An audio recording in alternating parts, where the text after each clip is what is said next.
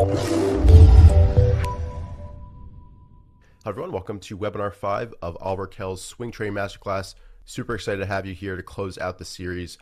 Here's a little bit of a disclaimer. First of all, Oliver, if you go to the next slide. Basically, the content presented is for informational and educational purposes only. Nothing contained in this webinar should be construed as financial advice. Please do your own due diligence and or contact a licensed financial advisor, as participating in the financial markets involves risk, and reproduction and distribution any form of this presentation or recording without the written permission of Traderline or Oliver Kell is expressly prohibited. And here's your kind of basically a run through of where we've come from. Obviously, this is the 5th and last webinar in this series. We've talked about the market cycle, how to find your market leaders, build that focus list. Then we discussed setup, sell criteria, and risk management. And now we're kind of putting everything together with some final touches, portfolio management, portfolio construction, and a little bit of mindset as well. So super excited to close out the series on a strong note, and this is going to be a really great webinar. All right, cool. Thanks, Richard. So kind of rough agenda. So, the first piece we're going to go over is more portfolio management, and that's just kind of like, how to think about the different positions you might hold in your account. Position sizing, post analysis, just give you some ideas of ways you might be able to kind of track your trades and just there's a lot of different ways to do it. I put out some ideas, kind of talk a little bit about what I do. Then I think one of the main things here is the setup database. It's something I've spent a lot of time building just little by little over the years. And I think everybody should definitely have this. And then the mental approach, kind of once you learn all the ins and outs, it doesn't matter whether you've been trading for 1 month or 15 years. This is something that we're all constantly battling as traders. So I'm going to talk about that a little bit, and then we'll conclude and do some Q&A. All righty, so let's hop to it. So basically titled this portfolio management, but it's really just, we had the session where we went over the top dogs and kind of what to look for in names, but literally when you're actually putting a name into your account, allocating capital to it, for me, us as, I'll just call us, retail traders, whatever you want to do. We're probably going to hold somewhere in the range of like 5 to 10 names. So how is it that you think about those different names in your account? So basically the way that I do it is, ideally, we own, the 10 to 15 top dogs, right? So how do we break those down further? So for me, you kind of have your top idea. This is maybe a top 2 or 3 name in your account. It's got the story, the theme. It should have excellent relative strength. And really, one of the keys here is that it should be breaking out of a big base. So we kind of looked at those scenarios where you're breaking out of a base, kind of coming off the 50-day versus maybe like a short kind of 2 to 3 day bull flag. A top idea should really be a big base. So the entire goal is to hold and protect these positions so they can really work for you. So when you're adding more names and putting more risk on your account, you really want to be aware of your overall exposure so that you're not getting over committed and potentially putting your top idea at risk. So these are going to be your biggest positions. Ideally, they're going to be the names that are breaking out first when you're coming out of a correction. And we really want to do everything we can to protect these ideas. Sorry, excuse me. So then from there, we've got our conviction core. If you kind of think about it, this is just a tier down from your top idea. Maybe it's named 4 or 5 in your account. It's got, many, if not all, of the top idea characteristics. Just for whatever reason, in your eyes, it's just kind of like a notch down. So one person's top idea, maybe another person's conviction core. You may not necessarily be able to truly tell the difference. It really is kind of at your discretion as to how you're going to differentiate between a conviction core and a top idea. Then from there, I've got what I call a volatile conviction core. This can literally be the exact same criteria as a conviction core as far as earnings, sales, kind of where it is in its life cycle, but maybe it's just a much more volatile name. So for example, Maybe a conviction core is something like a TTD. It's a little more liquid, more kind of institutionally backed, if you will. And a volatile conviction core might be something like a PubM. They're kind of in the same sector, but one of them's going to have, a much higher ADR, maybe less liquidity, maybe more spread when you're trying to get in and out of it. And really the reason that I differentiate them is because your position sizing is going to have to differentiate between a volatile conviction core and a conviction core. You're going to be taking more risk when you allocate capital to a volatile name, so you just have to position size down to account for that. Then from there is what I consider to be a core. This might be the sixth, seventh, or eighth name in your account. It's got a solid chart, good relative strength, but maybe it's just a little bit second tier compared to those other top ideas in your account. Maybe it breaks out later, so you just view it to not be quite as strong. And those are really what kind of makes up the names in your account. So to clarify, ideally these are all within like the top 10-ish type names in the market. So just because it's a core name doesn't mean this is like just some random name that you're going to put money into. I mean, it should still really be something that you really believe in and are fully focused on. But for whatever reason, it's just not, that top idea. So this is really the types of stuff you should be focused on. Then from there is just what I call a swing position. Maybe later in the cycle, maybe we've been rallying for 4 or 5 weeks or something like that, and you've reduced from some of your core ideas and you've got a little capital left over. You think the market still looks healthy and good to go higher. But you also recognize that if I put something on, it's likely not breaking out of a fresh, 4 to 6 week base. It's probably a shorter type, pullback or 2 to 3 day bull flag type pattern.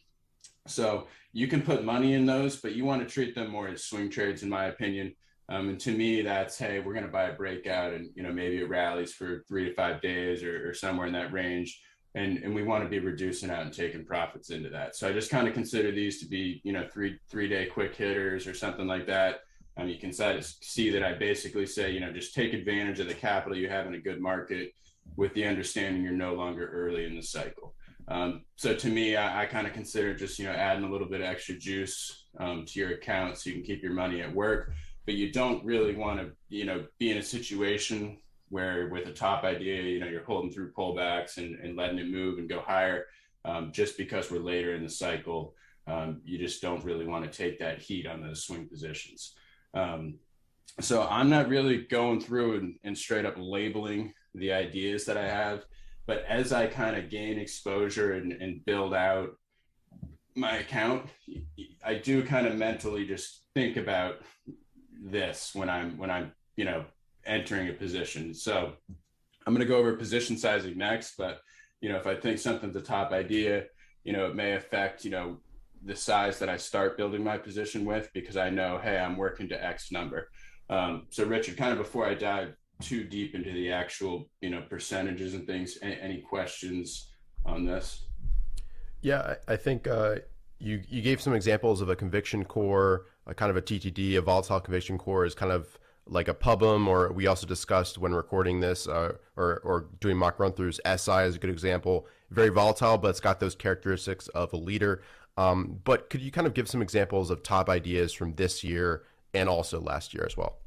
Sure, absolutely. So for me, my personality is I'm more trading kind of, I don't want to call them like the big caps per se, but definitely more larger cap type ideas. So the liquid names. Exactly. Yeah. So this is going to vary a little bit for each person, depending on really what your key skill set is. But for me, a top idea this year would be something like a NVIDIA or a Tesla. I generally like to trade more higher price names, but they've got the monster themes. I don't think I need to go too much into Tesla with the whole EV theme. I Right. personally think it's like an energy type company, or NVIDIA. But they've got the huge themes. They're very, very liquid. They're certainly institutionally backed and followed. And that to me is like a top idea. A conviction core. So last year, a top idea.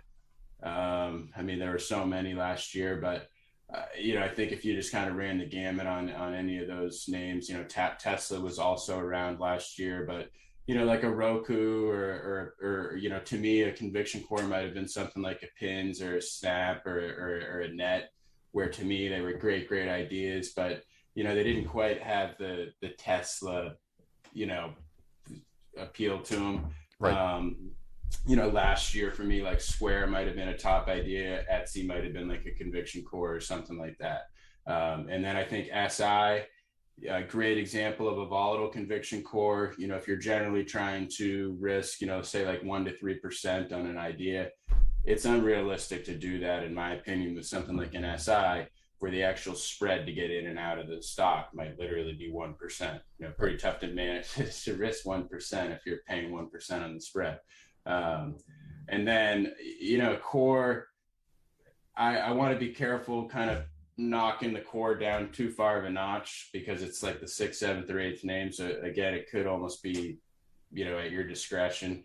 But it's just not quite for me. Like last year, a core would have been like a Snap. I personally wasn't like too crazy high on Snap relative to say like a Cloudflare or something like that. Right. But that's kind of like the mental thought process behind kind of labeling what you have in your account. Perfect. Uh, so as far as position sizing, I did non-margined and margined. So I do trade with margin, but I think most people are probably non-margined, and that's probably a good thing. So just one thing to highlight before I dive too deep in this. I mean, margin cuts both ways. It can add upside, but it can also add a lot of volatility and downside too. So definitely something to take into account.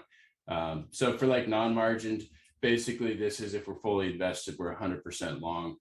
So kind of how I think about that, top idea might be somewhere in the range of like 15 to 20% of your account, a conviction core, maybe 10 to 15%, a volatile core, maybe 5 to 7.5%, a core somewhere in the range of like 7.5%, and a swing position, 5 to 7.5%. So how I break this down is not how you're necessarily going to do it. It's more just to give you an idea as to how you might think about your account. I like to get more money in what I deem to be a better idea. So, maybe your top two positions are 20%, then your 3, 4, and 5s are, 12.5 to 15%, give or take. Then your volatile core and your core is around 7.5%. That's, 7 names, I think is probably about what I think is a good range to own in your account. And then maybe, you add a swing position as you kind of take off profits on some of those other ideas, and you get later into the cycle. So I have friends who do 5-20% positions. I have people who do 4-25% positions. I have friends who do 10% positions. It's not an exact science. You kind of have to break this down and do something that fits your personality. I do think if you read How to Make Money in Stocks, I mean, he talks about the idea that most of us don't really need to be owning more than 3 to 5 positions, somewhere in that range. So I guess the main thing that I'm trying to kind of highlight here is, you don't need to be owning 20, 25, 30 names like a mutual fund might own 30 to 50, but you just don't need to do that. I think for most people on this call, we're blessed with the luxury to be able to get in and out of the market, relatively easily. So to not take advantage of that, doesn't take advantage of truly one of the advantages we have over that kind of institutional investor. So I think being concentrated, getting more money in our top ideas is going to give us a greater chance of outperforming. So then from, a margin perspective, it's essentially the same thing, just, bigger positions because you're willing to take on leverage. So maybe a top idea is like 30 to 35%, conviction core is in the 20% range, volatile core, maybe 7.5 to 12.5%, just kind of depending on how volatile it is. A core 12.5 and a swing somewhere in that 7.5% range. So kind of the way I break it down is, you might have like 30 to 35% in your 2 or 3 top ideas. Then in your next 3 ideas, maybe somewhere in the range of 20%, volatile core, maybe that 10% range, core 12.5. So same deal, kind of 7-8% names, or 7 to 8 names in your account, and then a swing 7.5%. So it shows a total of 195. I would say just, I like to highlight this, especially if you're using margin. The buy exam, or the buy session where we talked about, kind of getting a piece of your position on, then adding more. It's very important in both of these situations. So, it may take a little bit to get up to 100% long. And, you're probably rarely going to be 195% long, in the sense that it's going to take time to get in. And then, you're literally going to probably be reducing out as you get going. So the reason that I like to have these rough percentages in my head is just so that I can kind of understand, how am I going to build my position? If it's a top idea, maybe I want to be starting with, say, like 12.5%, and then add 5, maybe top it off with 2.5%. Or if your margin maybe 20%, 10%, 5%, or something like that. And then, maybe if it's a conviction core, and maybe my target's 15%, maybe I'm starting with 7.5 to 10%, adding 5, topping it off with 2.5, or maybe I'm starting with 10 and adding 5, something like that. If you're, if something is like a top idea and your end goal is like a 20% position, but you start with a 5% position, to me, it's going to be harder to get to that 20% because you started off with such a, low initial position size.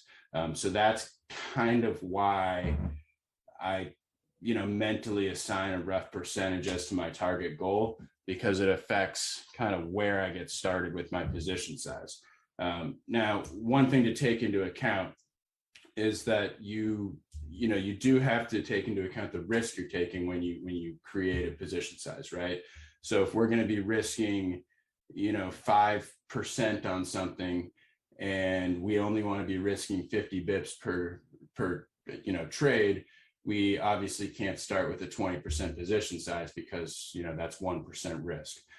So the amount of risk you're taking does drive the position size for sure. So you have to take that into account.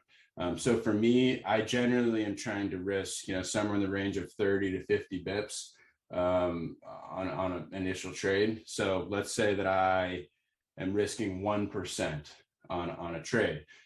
I could actually put like 30% of my account in there, because if I'm stopped out, that's 30 bips risk.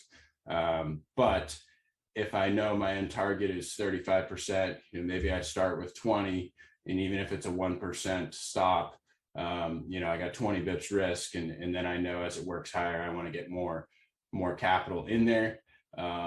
That's kind of the thought process in how you're driving your position size in alignment with your mental end goal. And that's really kind of how the volatile core exists is, hey, I really like this idea. It's like a core. I want to have 15%, but oh my gosh, like I got to risk like 5 or 6% just to trade the thing correctly.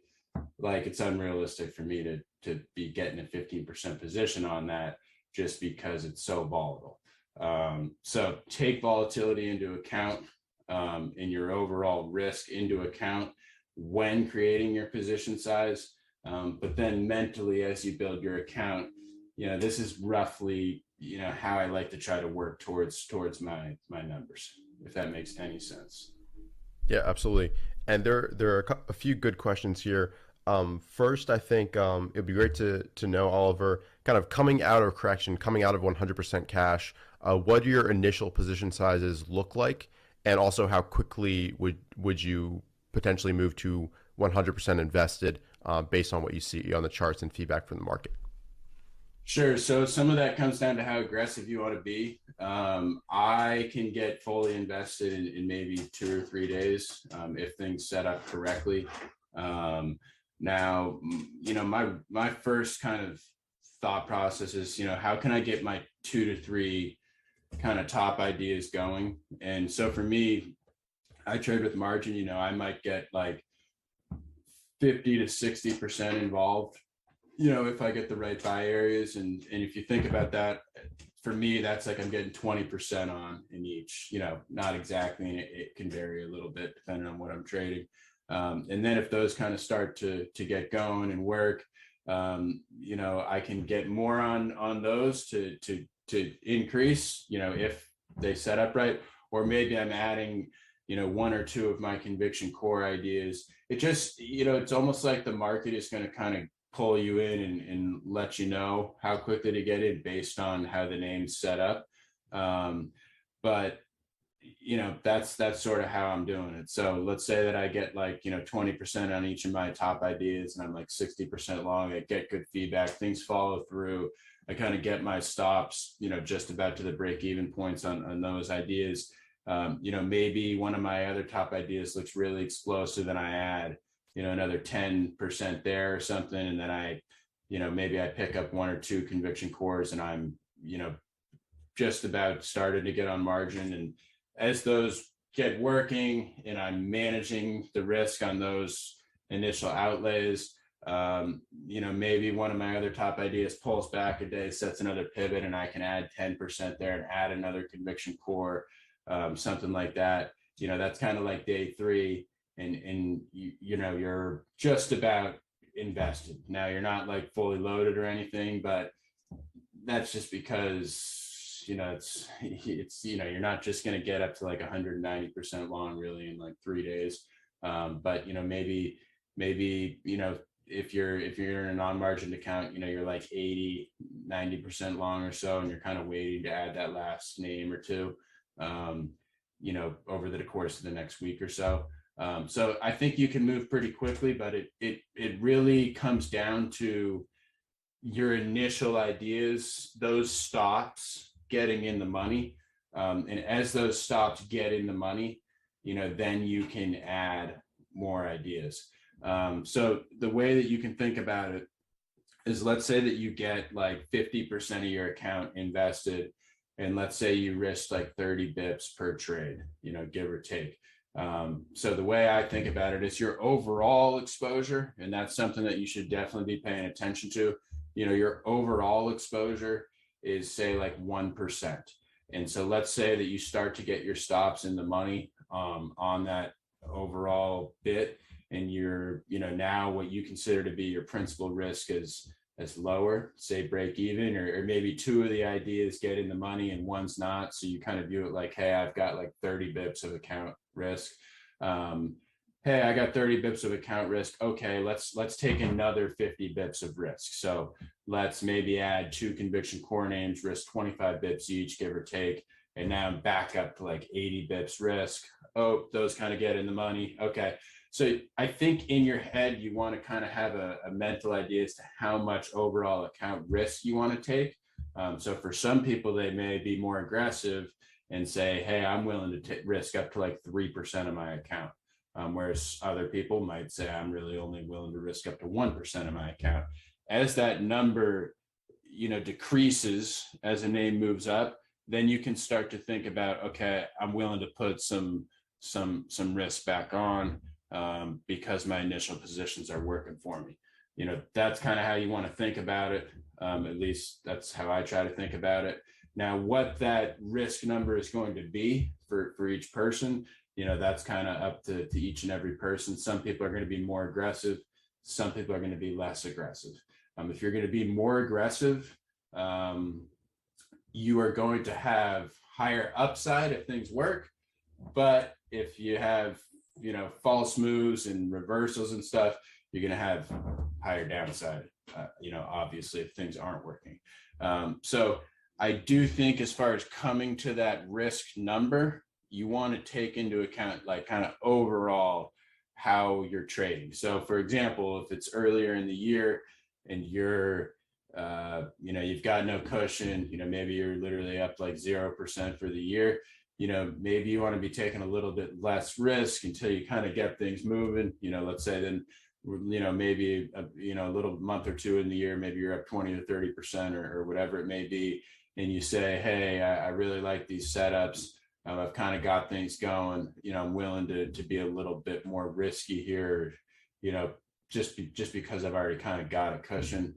And then likewise, regardless of how much you're up on the year, maybe you're 6 months in, but maybe you're in a little bit of a drawdown, and as things get going, because you're in a drawdown, you want to take things a little bit more slowly, just because you haven't been trading great. That's fine. Like, that's actually what you should be doing. Get back on tracks, get back near highs, and then maybe you say, okay, I'm willing to take a little bit more risk. So kind of have an idea as to what you want your overall principal risk amount to be in your head, and then work in based on kind of managing that number. And each and every person kind of has to come up with what that risk number is for themselves. Perfect. And I thought this was a really interesting question. Here it is. Could Oliver give a high level breakdown about how much of his performance was driven by these kind of different categories? For example, did the majority of gains come from the top ideas, or did most come from the kind of meat in the middle? So, I mean, last year, like, everything worked just Yeah. about. So I think it came from kind of across the board.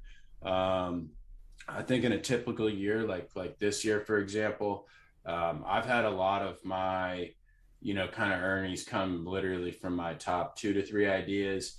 And then I've had more of a mixed bag as I go deeper than that, where maybe I'm having more false breakouts, like a name that I thought was really going to be awesome, just kind of Doesn't work out. Yeah. didn't work. Yeah.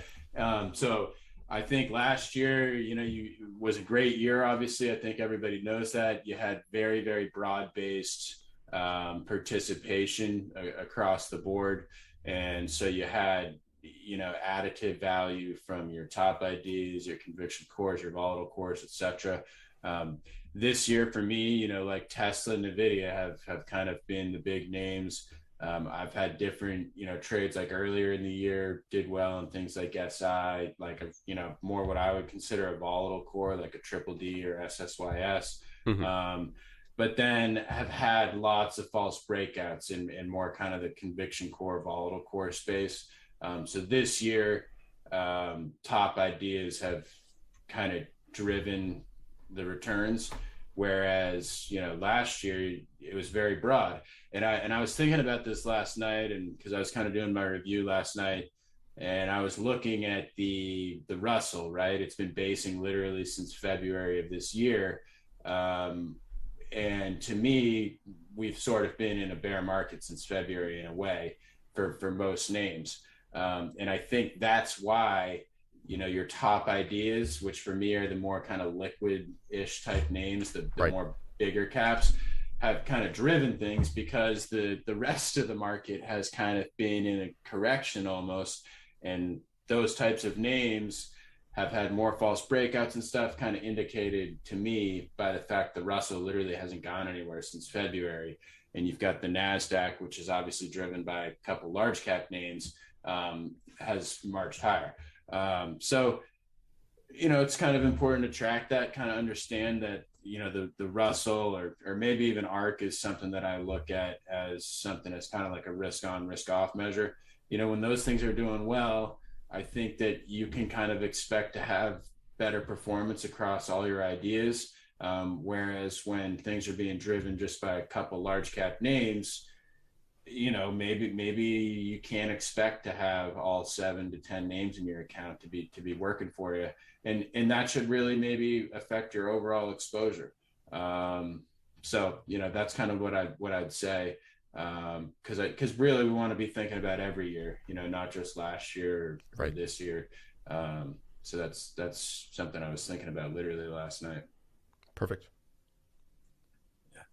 Okay, so that's, to me, how I think about kind of putting together your account. And again, I don't like literally say, hey, this name's a conviction core, this name's a top idea. It's just kind of mentally how I think about building my account. Maybe you have a top idea, you want to get to 30 to 35%, or sorry, maybe we'll focus on non-marching. Maybe you want to get it to 20%. And you start with 12.5%, and you have every goal to get like another 7.5% on, but maybe it just runs without you and doesn't give you an opportunity to add more to it. That's just the nature of the game. And so you let that thing trade at 12.5%, and you manage it from there. So there are, depending on how the stock moves and gets you involved those first couple days, maybe you don't hit your target allocation, and that's totally fine. It's just, that's kind of out of your control. But just rough mental thought process, that is kind of the goal, and that's how I think about things. So I think the key here is, I don't really think you need to have 10 to 15 names in your account. I think for me, I almost sort of have an indicator in my head. When I get too many names, it's almost a sign, hey, you have too many names. It may be time to sell something, because we're probably going to be having a pullback. I literally almost view that as an indicator in my own trading, because it's been so accurate. And then two is just kind of focus on that overall initial risk, and let that kind of, as you can control that, as things start working, let that drive when you add names to your account. But I do think that us as smaller time investors, we can get invested pretty quickly if we're getting good feedback from our initial buys, and we're getting those stops moved up to break even. Right. Okay. So post analysis, this is something people ask about a lot. It's something that I need to get a lot better at personally. I haven't been the hugest stat person. I've more been, track my equity curve and understand if I'm making or losing progress. That's kind of how I've been. But historically, I've used OneNote exclusively to track, my trades, and I'm trying to do some things to much improve on that. So I just signed up for TraderSync. It's something that I think you've probably seen people on Twitter talk about. I think, Richard, if we follow up on this, maybe we can send some links out. But I think that there's this new trend that we're seeing in journaling, where you can get tons of different stats and information on your trading. So TraderSync is basically something where you take your brokerage account, you connect it, it imports all your trades. And to me, is what it's doing is it's applying automation to a previously manual process and kind of reviewing your trades. And it can give you all different types of data, your average win, your average loss. It'll even break things down further, kind of let you know, hey, you're winning at an X percent rate when you execute between 9:30 and 10:30 a.m. versus maybe 11:30 and 2 p.m., things like that. And I'm still learning this tool for sure. But some of the things that I like is that it even lets you tag setups. So for example, for me, and I'm still building this, I literally signed up for this like 2 weeks ago, but I'm really loving what I'm seeing. It's going to let you tag your trades. Like, so I could set up a wedge pop. I could, and I could tag, hey, this is a wedge pop, this is a bull flag, and give something multiple tags, so that hopefully when I get enough data in there, I'll be able to see, this is the top setup. Like, oh my gosh, I thought I made more money here, but like, this is the data. This is actually literally where you're making and losing money. When you're executing at like 9:35 a.m., you're losing money, whatever it may be. That's all the type of data that I'm, building, which when I was doing things in OneNote, I didn't really have all that data broken down to that degree. I more just kind of had a journal and feedback kind of on, what I was doing. And it kind of made me reflect on my day each day, which I think was very, very helpful. But I think these tools are much more advanced and can be huge. So TraderSync, something I'm just starting to use, still learning it, but I'm liking what I'm seeing so far. TradeView or TraderView is something that I tried out. I'm seeing a lot of people have success with it and enjoy it. It didn't quite work for me personally, but it's each and every person kind of has to test out and see what works for them. Kind of in my own research and finding something. There's actually a lot more tools out there than I thought. So recommend experimenting with all of them. Then OneNote, which I'm going to kind of show you how I use OneNote a little more with some screenshots and things in a second. But I'm still planning to use this in conjunction with TraderSync. Part of the reason being is because I've used it for so long that I'm comfortable with it. But in addition to just getting all the stats and stuff, one of the things that I want to be tracking is, see down here below is kind of secondary stuff, anything that's not necessarily in the specific setup that might affect how you trade. Maybe you didn't sleep well. Mark Cook, market wizard, unfortunately, I just found out he passed away. But in his chapter in Market Wizards, he talks about how, and I can't remember the exact details off my head, but he had like a knee surgery or something. And he literally, I don't know if he just had a big drawdown or he blew up his account or messed up like a couple of years worth of work just because he wasn't mentally right. Like, you want to try to track that stuff. Maybe you have someone close to you who passed away, or maybe it's something as little as like, I didn't eat breakfast and I don't operate well when I don't eat breakfast. Like that little type of stuff, I think you want to track. And, maybe you don't notice any trends there, but maybe you do. And if you do, like let's say every day you don't eat breakfast, like you do terrible or you make bad decisions, like, all right, pretty easily fixable. Like, wake up 15 minutes early and make sure that you eat breakfast every day. Like, you can control that. So that's the type of stuff. There's a journaling feature in TraderSync, but for me, I've used OneNotes for so long that it's almost just like I'm just comfortable with it. From there, Excel. So I think this is something that people have used for years prior to these new tools. Build a spreadsheet. You can probably type in on Google, trading journal spreadsheet and find a million of them, or you can build your own. I think it's a great thing to do. And really, the key details, no matter what you're doing, entry, maybe your position size, your stop, your initial risk, and then maybe put the setup in there. That's all the type of stuff that you want to be capturing.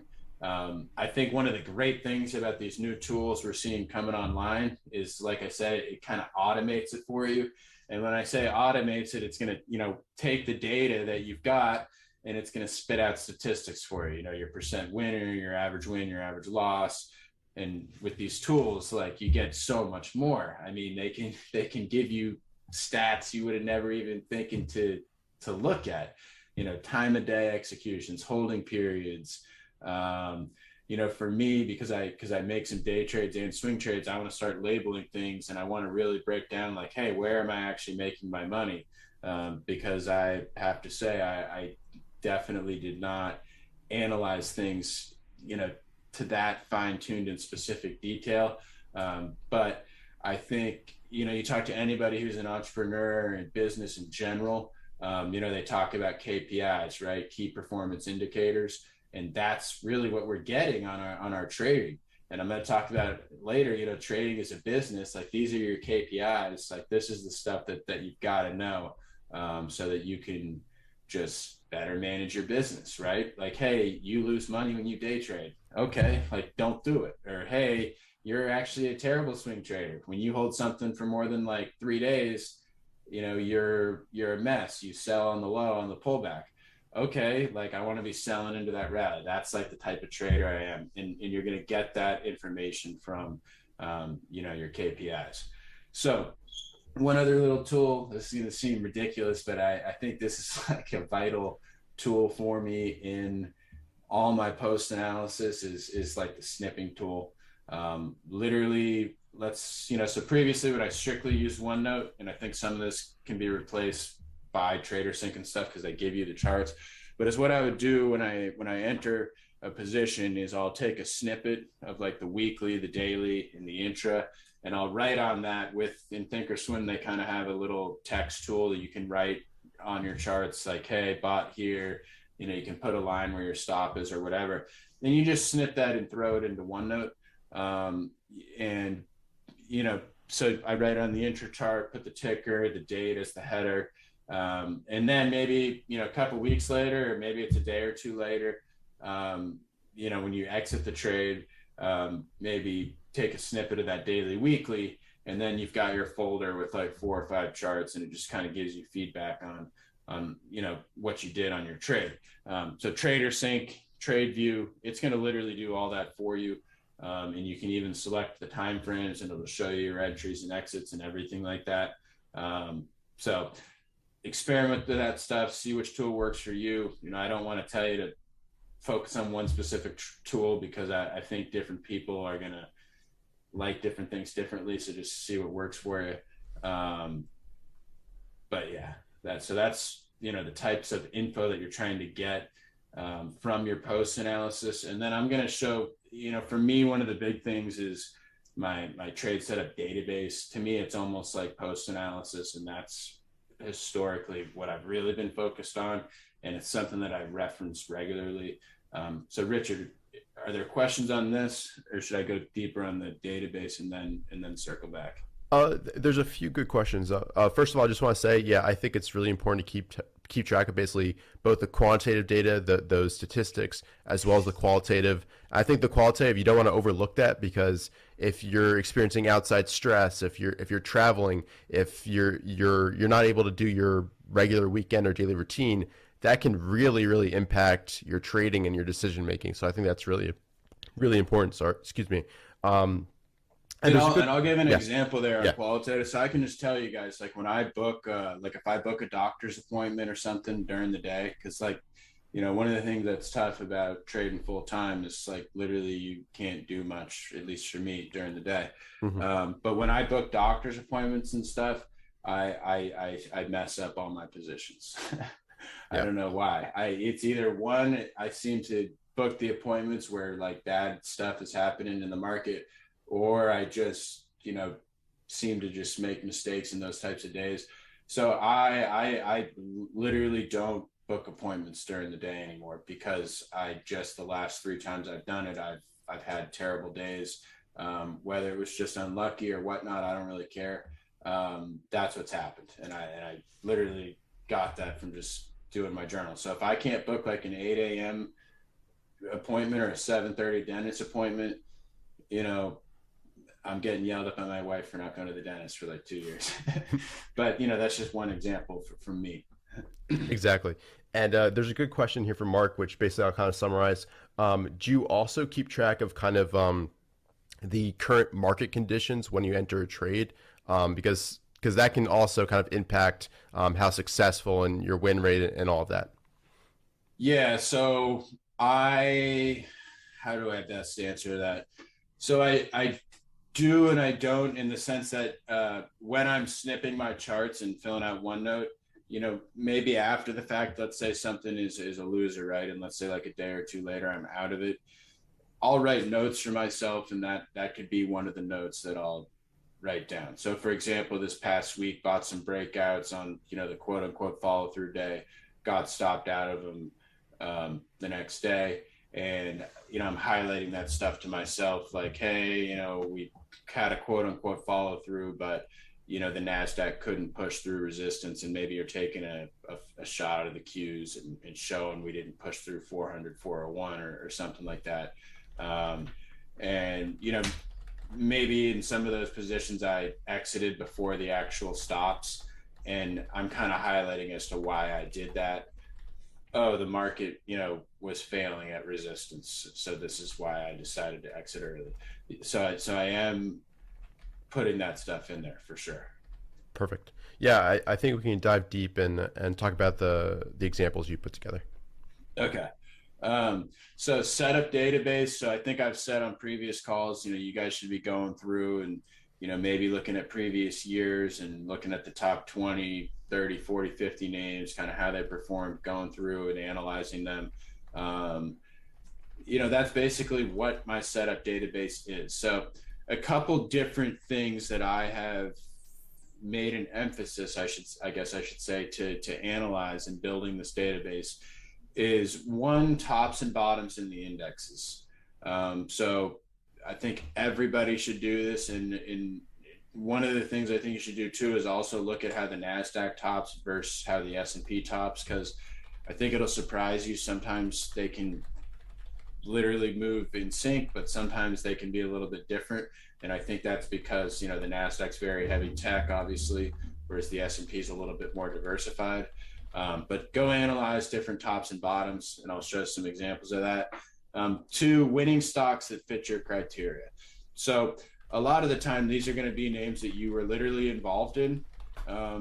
But a lot of the time, maybe you missed, 2, 3, 4, 5, 6 of the really good names that you feel like fit your criteria.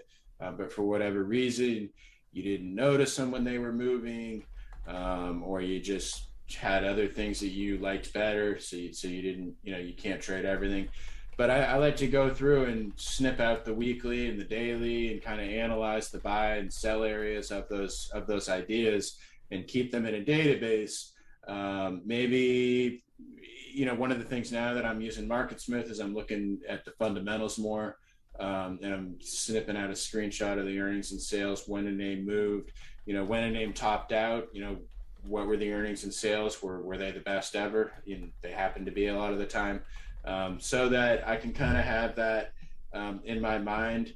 Then lastly, and this is something that I'm just really starting to do, is, major IPOs that went on multi-year winning runs.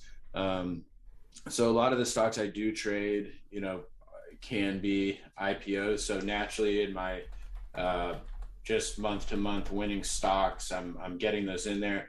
But I'm talking more like, go back and look at a Google or a MasterCard or Facebook, when they IPO'd and analyze those. So how I'm putting this database together is I'm going in and I'm just identifying the setup on the charts. I'm marking it up just like a lot of the charts we've gone through during these last couple sessions. Some of those I literally just went into my setup database and clipped the chart out because I'd already analyzed them. So for me, as far as, the winning stocks that fit my criteria, I'll knock a couple of those out a month. It doesn't actually take that long. And a lot of the time, if you're doing them when they're fresh, you literally just saw the name move and you probably already had it marked up just, in the course of reviewing what's worked and what hasn't. Is what I'm doing for the older IPOs is I'm going and I'm doing, maybe like one or two a quarter. I really just started doing this kind of this year, but I think it's important. And, ideally, if you can get data that goes back further, maybe you can get names that were IPOs and stuff quite a long time ago. For me, a lot of my stuff is within like the last 10 years or so, because that's kind of the data that I have access to. And then studying tops and bottoms, I think that everybody should really be going back probably to at least like 2000 and definitely doing this. That probably, maybe like 15 to 20, tops corrections in there that you could be analyzing. And I think it's something that everybody should be doing, because if you can better identify tops, you're naturally going to, protect more of your account. But that's kind of what I'm doing and how I'm putting it together, and it's what it looks like. So I do this in OneNote. And so in OneNote, there'll be like a tab here. There'll be like a tab here. And so for me, I'll have like my goals, my trading journal, and then I've it my setup database. So I can click into setup database, and then I can create all these different tabs here just by clicking add page. You just label it up here and it fills it in here. So you can see that I've got the different tops here. And I've gone back to like here. I really need to look at the 2000 top a lot more. I just haven't gotten to it. And is what I'm basically doing. So this is an example of the October 2018 correction. I'll just kind of look at it and I'll, size it up for myself and say, hey, what really triggered this? One of the things I like to do is I like to look at the duration of moves. So this had a 12 to 13 week uptrend into the highs. So, as you go through more and more of these and you see that, maybe in a current trend, you may say, hey, we're in week like 11, let me just kind of look for different signs that we may be exhausting, because in my studies, 12 to 13 weeks, that kind of 3-month earning cycle can be a duration of a move. And I'll write little notes on it. So one of the things that I wrote here, it's funny, Richard and I were going over this last night and I wasn't even reading my notes and I was saying this, is, do not think that just because we just broke out a few months ago, you cannot have a significant correction. In the 18 move, we literally broke out of a big base, and you would have thought like, hey, we just broke out of a big base, maybe we're going to have a 5 to 8% correction or pullback and then continue higher. Well, like that wasn't the case at all. We literally corrected all the way back down and through that big base breakout. So, failed move, I'm kind of analyzing what did I see. So like failed move higher than, the different candle stuff. And then we had a wedge drop. And then I want to look at the durations and like how quickly it happened. So, we had an 11% move down in like 18 or 19 days. And how did it happen? Like we went into a correction right off the highs, whereas sometimes you're going to chop, maybe come down, double top or something like that. So they're all unique and different, and they all have different phases, right? So in 2018, we actually based for a couple of weeks, for 5 weeks, and then we headed lower again.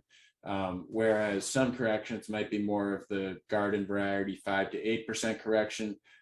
Just kind of analyzing, see how they all play out, and building that database for yourself is huge, because I think in the process of doing this, it creates mental recall, so that as you see something later, you'll almost be like, oh my God, this reminds me of, and you go in and SPY January 16, yep, it looks just like it.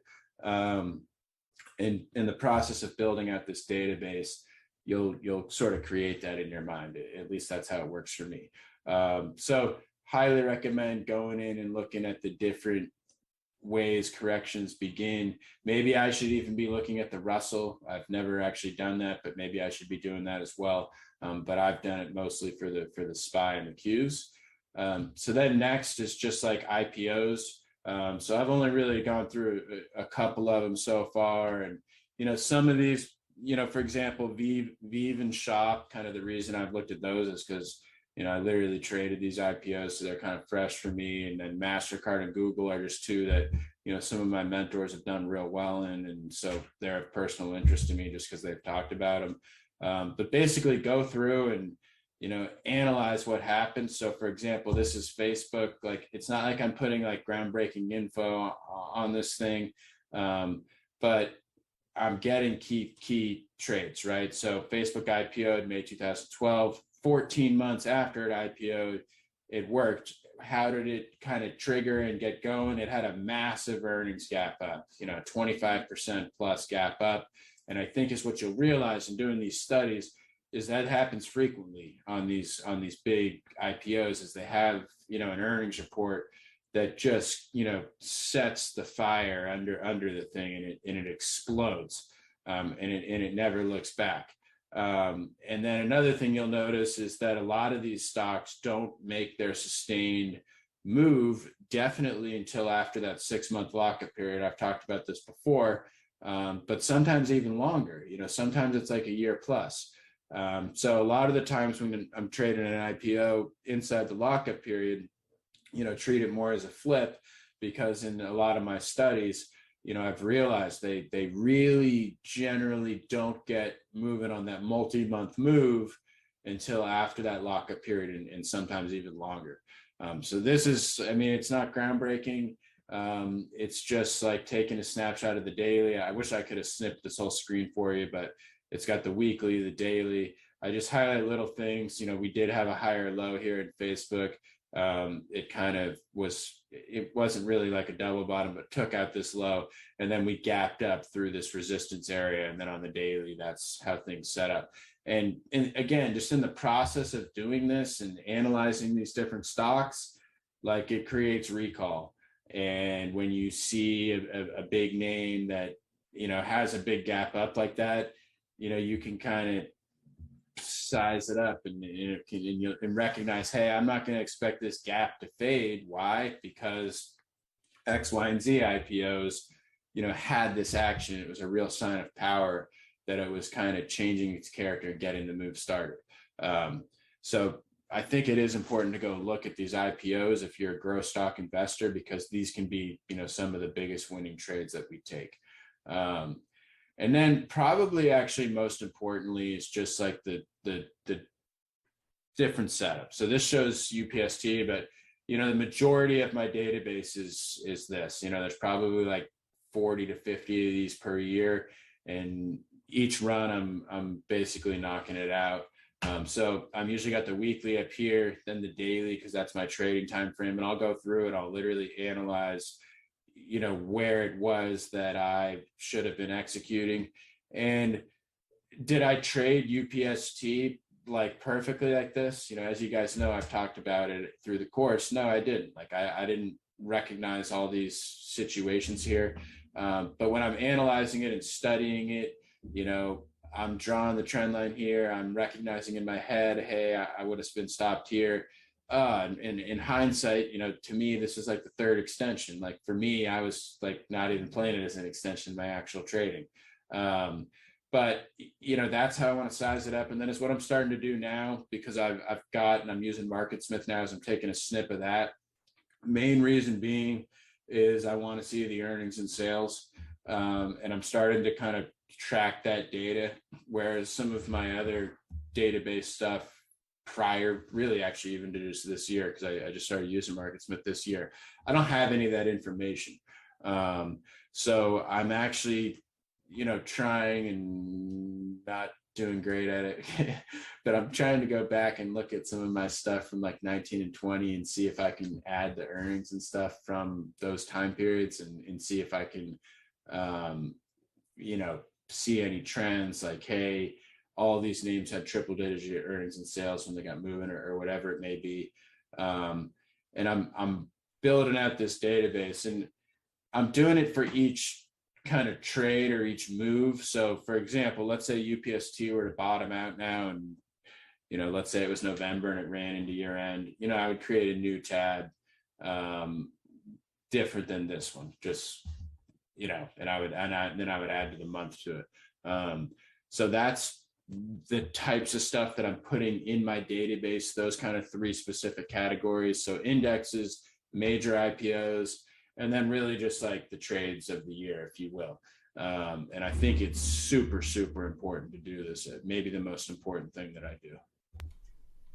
Yeah, and can you talk about like how important it is to be like intellectually honest with yourself when you're going back and kind of trading with your system as you're looking back, because you want to avoid hindsight bias and just doing things because it worked out?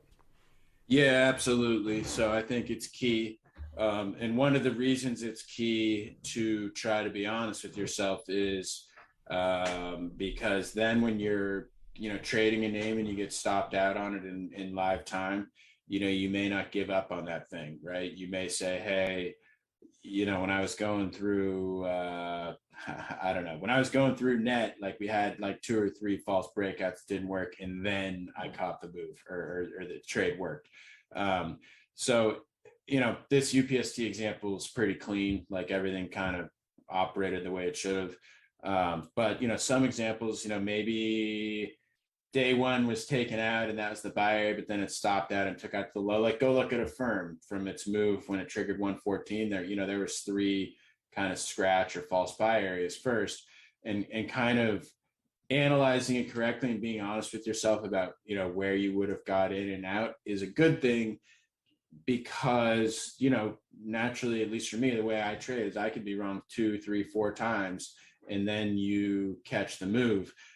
But if you're not honest with yourself in your review and you're only saying like, hey, this is where it worked, you know, then in real time when you're taking a trade, when it gets stopped out, you know, you might just like give up on that name, which is, you know, sort of unrealistic in reality as to how trading works. Like we're wrong all the time. So it's huge. It's huge to try to be as honest with yourself as possible. And then I also think the longer you trade, if you start to pick up on tendencies in your trading, like, hey, like 2 or 3 days after a breakout, when we get that pullback, I tend to sell into that, to kind of, as you review your trades, be aware of that. So I think I told you guys in one of the sessions how I went through a phase in my trading where, like, you know, we would have a 2 to 3 day breakout and like a stock would have like a shooting star, and I would like sell like at the close of that day a lot of the time, expecting it to like tank the next day.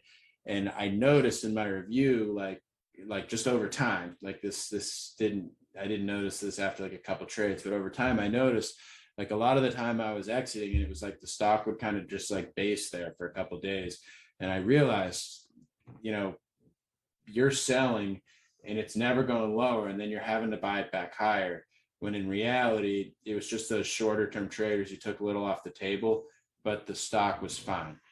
So just like picking up on little tendencies like that in your trading, and then hopefully being able to overcome that previous problem where for me, when I see that now, I basically just say to myself, well, hey, you know that this might rest for a couple of days, but because the breakout just happened, take a deep breath, be patient with this thing.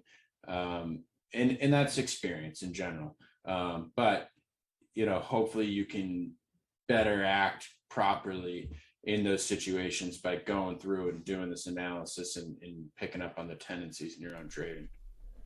Absolutely. And you've touched on this a little bit already, but I'd love to hear more about kind of how you use these precedents that you've gone back and studied years ago, both in terms of the market and also different types of setups, and basically how do you use that and apply that in your current trading? Sure. So really, really good question. So uh, people all the time talk about precedents. I talk about precedents. I think precedents are important in that they can help give you conviction, but they are not, the end all be all. I'll give an example of two precedents that I've kind of been thinking about lately. For example, in the way Tesla has sort of, I don't want to say topped out here, but it's been more corrective lately. And I've kind of gone back and I looked at the Feb 2020 high, and I've seen some similarities to it. And I'm basically, in my mind, I'm a natural Tesla bull, but in my mind, I see this precedent that could be playing out. And it just keeps me open-minded to the potential that could happen. Now, will it? I have no idea. For example, is what I'm looking at now there from that precedent, and I wish I had it on the screen now, but in Feb 2020, we were basing over this 120 area. Right now over 950 is what happened Friday. Is we found support on the 910 gap. So does that support the stock? Possibly. But if it doesn't, then I'm more inclined to think, hey, that precedent's playing out. And if the precedent does play out, what would happen? We would pull back into the 200-day. But if it doesn't play out that way, that's fine. I'm not just going to be married to the precedent. The precedent just keeps me open-minded to potentially what could happen, right? Another scenario that I was thinking about is I was looking at UPST when it was kind of coming down into the 200-day, and I was thinking it looked potentially like Tesla in 2013.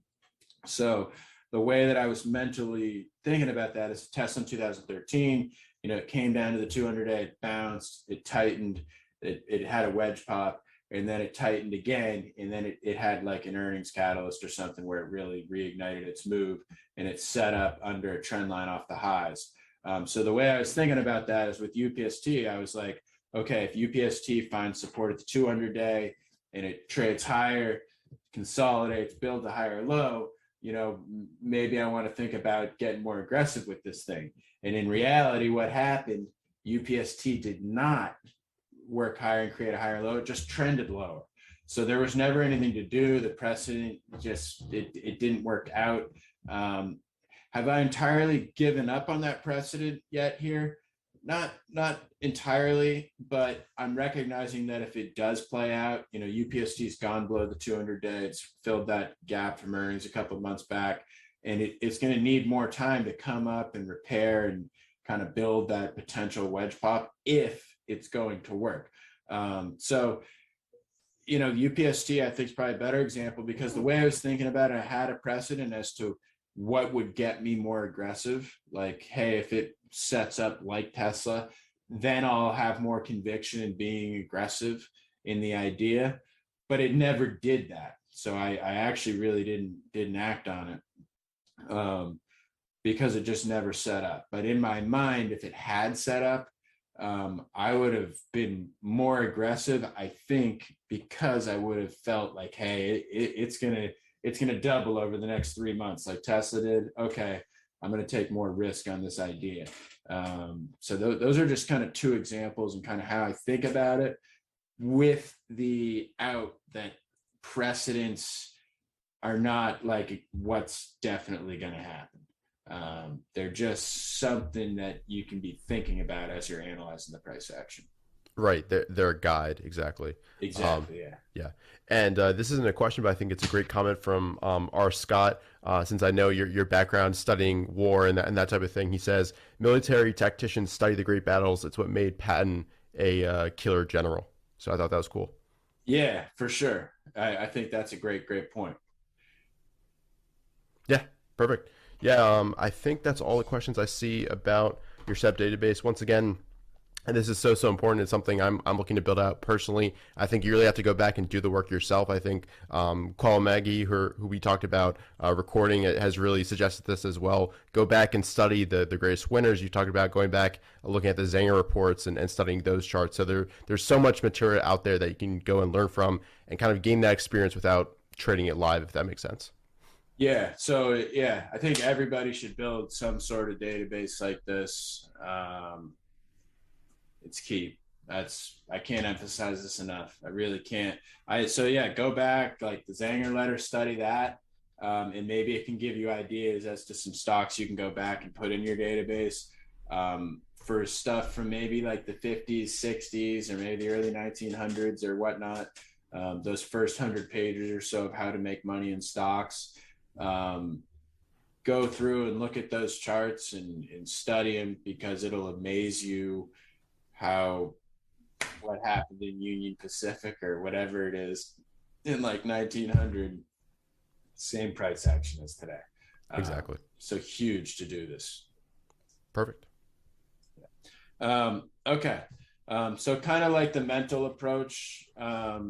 So whether you are a person trading on the side or if you're doing this, full time, I think you have to treat this as you're running your own business.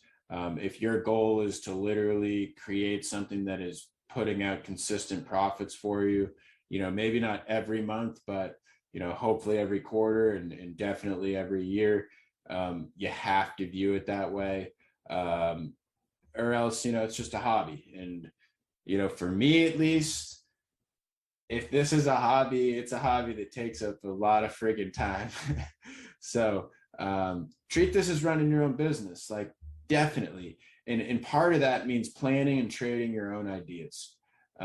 So you can sign up for newsletters, you can follow people on Twitter, and that can give you ideas, but you need to take that idea, plug it into your trading software, analyze it yourself, create rules and kind of an order of operations as to what it's going to take to get you to execute a position, so that then you can go through and use things like TraderSync or whatever it is, and you can analyze your own KPIs, right?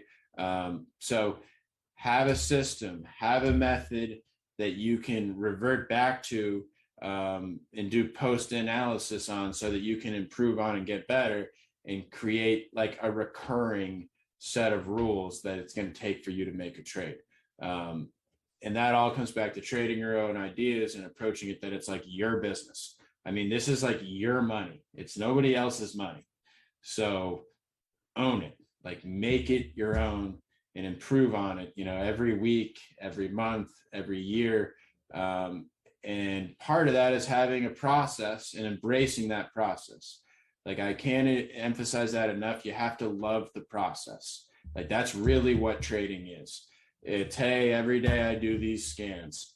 I build these lists.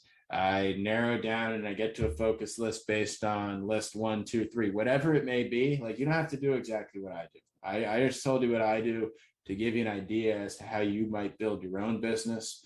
Maybe you decide, hey, I'm only going to hold 4 names in my account, whatever it may be. And hey, I'm going to try to get one name going a day. And my focus list is like that one idea. But I get to that idea by running the bull snort scan, or maybe it's running some Market Smith fundamental scan, whatever it is. Have a process for yourself, embrace that process and stay committed to it. Don't deviate from it. Don't get swayed in what you do by what some guy says in his chat room or whatever it is. Just embrace that process. And then, this is something my mentor always says to me, and it's going to be a weird analogy, but he always says, be a cockroach. The cockroach has been around, for like I don't know how long, like 100,000 years or whatever it is. But from the outside looking in, it possesses zero redeemable qualities.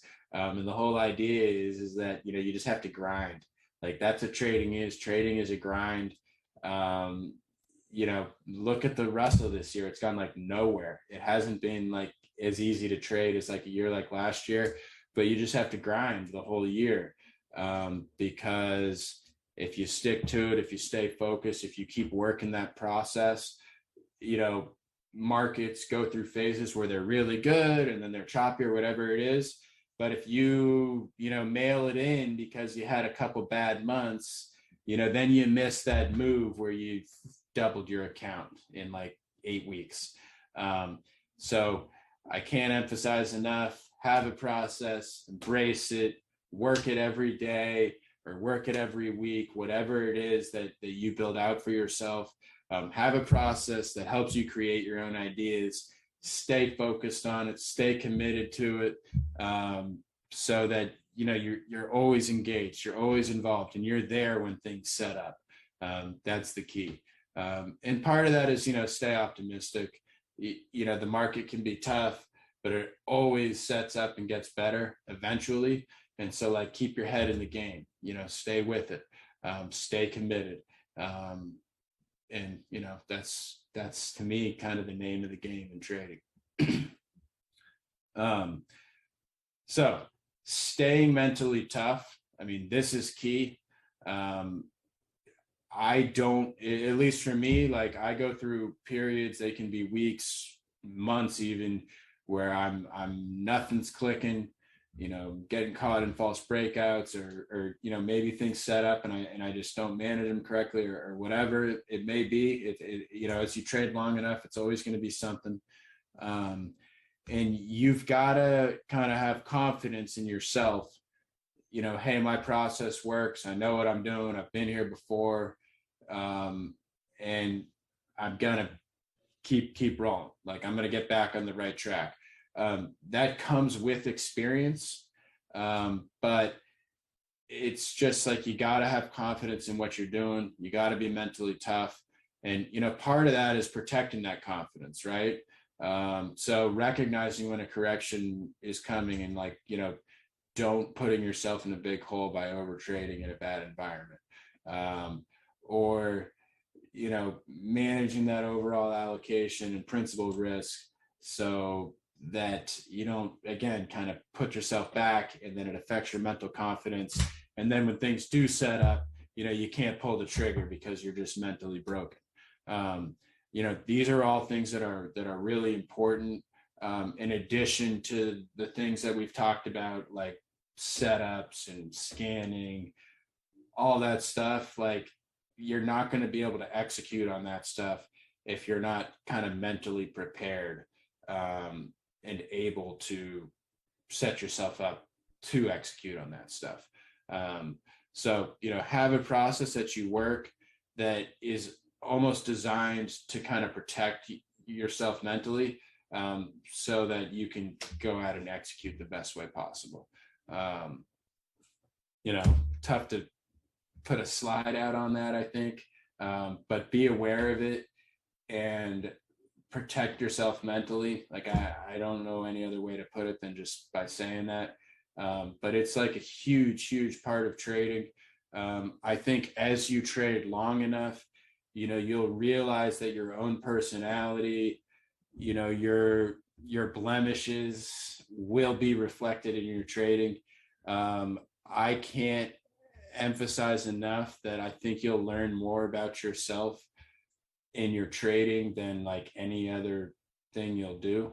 Whether you're disciplined or undisciplined, if you're angry, if you've got like a chip on your shoulder, like if you've got some demon in your closet that really like maybe affects you in your day-to-day life, like you'll notice it show up in your trading.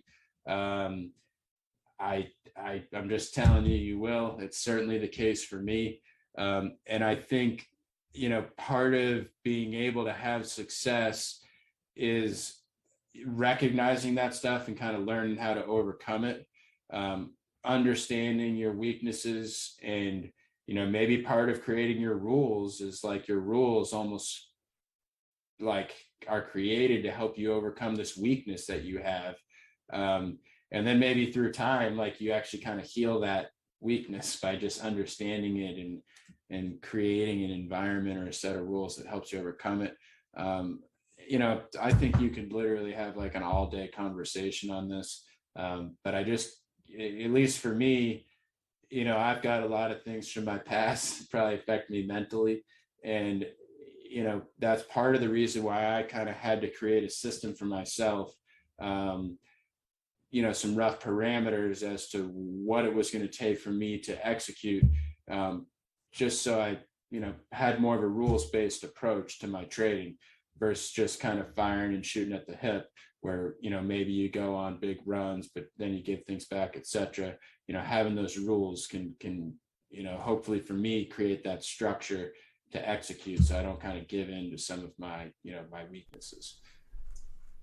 Absolutely. And this is probably a little bit of what you should kind of keep track of in your journaling when it comes to the qualitative, the things that aren't directly involved with your trading, but can affect it a whole bunch. And James asked a good question. Any books or resources you'd recommend for emotional control? So I like the Mark Douglas book, Trading in the Zone. It's actually really the only book that I uh, have really read, I would say, that really focuses on the mental. Um, that's not entirely true. I actually think Reminiscence of a Stock Operator. Right. I think after you trade longer, I probably read that book 20 times. And when you first read it, it's a cool read, right? It's fun, like you're excited and learning about trading, and this guy's trading like 1% of the market, and he's like burying corn and running corners on things, etc. It's a really cool read, right? But then when you get 3 years into trading and you've had your butt whipped and you like don't know how to do anything, you're going through and you're seeing it in this guy's stories and his own growth as a trader. So I think that book is actually huge from understanding the mental side of trading. The Mark Douglas book is certainly, I would almost say a lot of people would consider that to be the main book on the matter. And then Richard, you actually Richard, it came today. Richard Oh, just nice. got me to get the Mental Game of Trading. Sorry if you can't see it. The Mental Game of Trading by Jared Tendler. Yeah. Haven't read it. Richard recommended it to me, so I'm gonna dive into it. But maybe that can be a third book there that you can check out. Absolutely. And there's some good questions here on kind of the mental side of things. So, first from Diamond, when you step away to build mental capital, how involved in your routine are you? Are you doing your full routine, just no trading, or do you just check the indexes or don't look at all at anything until you feel refreshed and kind of recentered? Um, so I think it's going to be like a little different for everybody because it's all right. So for me, um, I used to revenge trade a lot, and part of that I think is because you know I don't want to get too deep into it, but I've had a lot of anger, and it's almost like I would be angry, and it would cause me to be like fight back, like I'm gonna get him, I'm gonna show him or whatever, and so I would revenge trade, and I was like just making trades to make trades because I was pissed or something, right? But it wasn't like process oriented. So, you know, part of my development and part of the reason I think I created the quote unquote price cycle for myself is because it puts some boundaries and some parameters around what it is I'm going to be doing, so that I don't have the ability to revenge trade or whatnot, if you will, because I have to stay within the confines of my strategy. So like that's an example for me. It's almost like an awareness, if you will, as to what's driving some of the mistakes in your trading. What's holding you back, and okay, all right, I'm aware of this, and now I can try to overcome it. And maybe it's less so like, I think everybody should just have defined rules anyway, but maybe understanding, I'll just kind of stick with my example just because, maybe understanding, hey, I've had a tendency to revenge trade or something in the past, and then you can catch yourself Right. um, doing that, right? And take a deep breath. Hey, I've done this in the past. I'll give you another example. I don't remember exactly when this happened, but last year I had a drawdown. I think it was around September, October, where I had a big pullback off the top, just in getting stopped out of stuff. But then I literally had like one day where I just buried myself, and it was just like a couple trades getting too big. It was a revenge trade where you know I mean, things in trading, right? When you're pressing buttons and moving money, you can hurt yourself pretty quickly. And it was like one day that set me back probably what normally would have been like 2 to 3 weeks worth just by making some stupid trades. And I'm pretty good at actually not doing that really. But part of the reason is just having done it in the past, noticing when that's happening and not doing it. So like, I'll give you another example of something I think you could do when like, let's say stocks are extended from the 10 week and you think we're going to be in a very, very choppy environment. Um, maybe you have a scorecard as to like the health of the market. Maybe it's like green, yellow, red or something. And when, we're in a red environment, maybe you don't even open your trading software to execute. For me, I don't execute on the same thing as my charting platform. So maybe you literally just open your charting platform and you don't open your execution software. Or maybe if you're a skilled short-term trader, you say, hey, in a red environment, no matter what, like I can't take an overnight position. Like I can only make a day trade and I have to be flat. And you know what? When we start seeing some breakouts work and follow through, and I upgrade the market to green, okay, we can start making some swings, etc. Those are just kind of two things that I personally sort of do. If that can give you an example. But maybe for somebody else, and this isn't my problem, maybe for somebody else, like they have trouble pulling the trigger.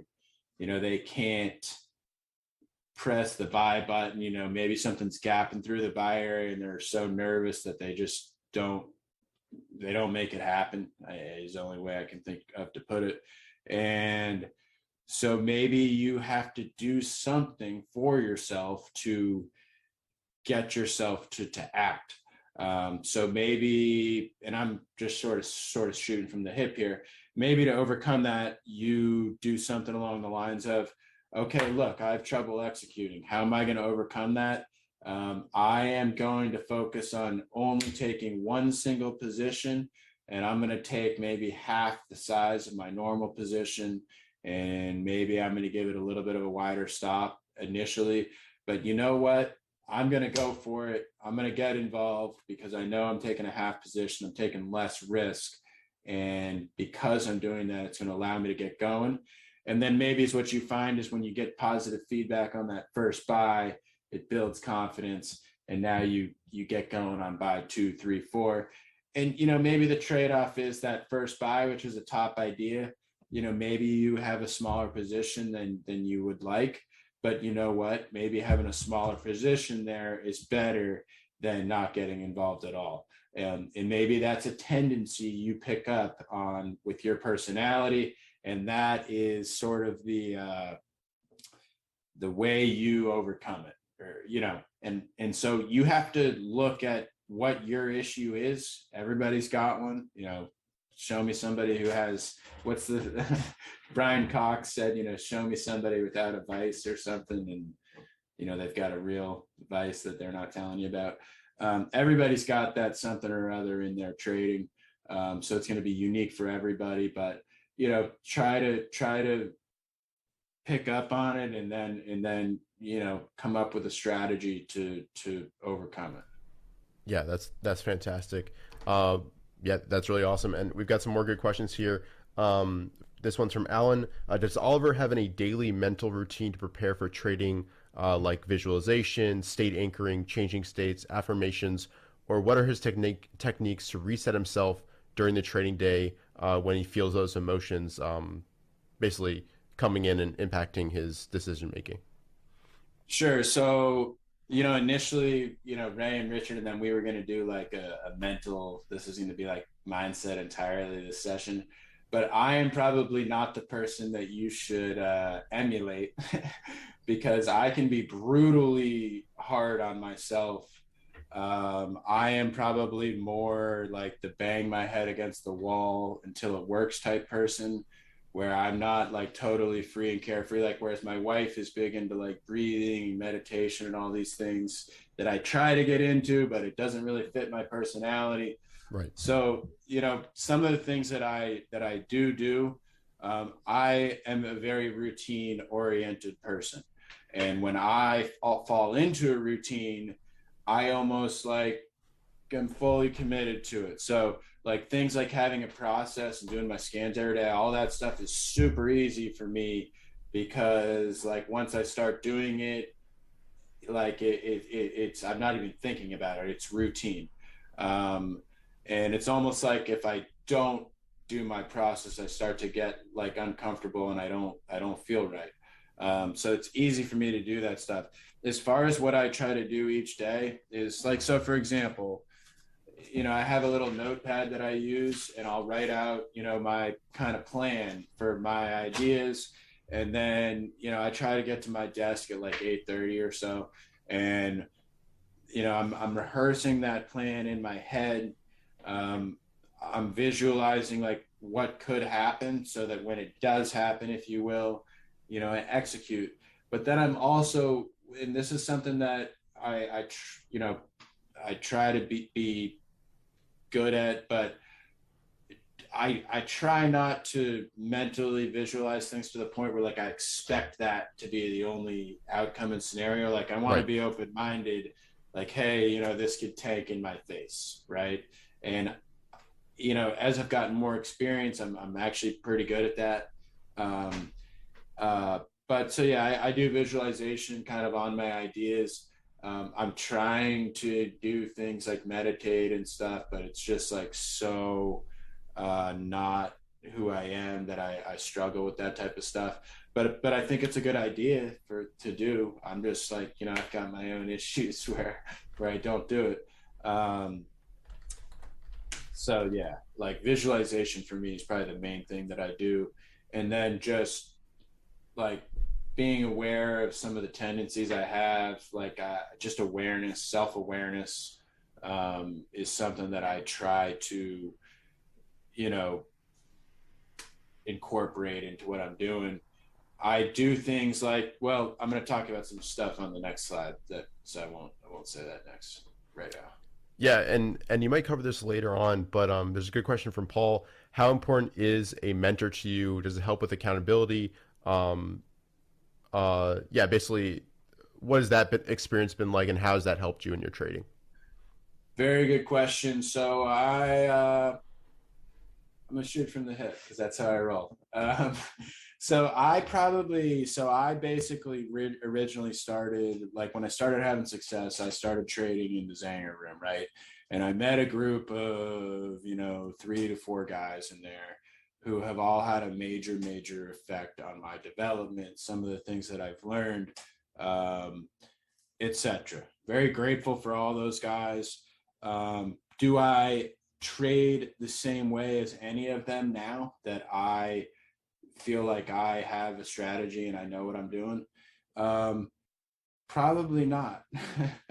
Like we trade the same names, we trade the same style maybe, but we don't trade the exact same way.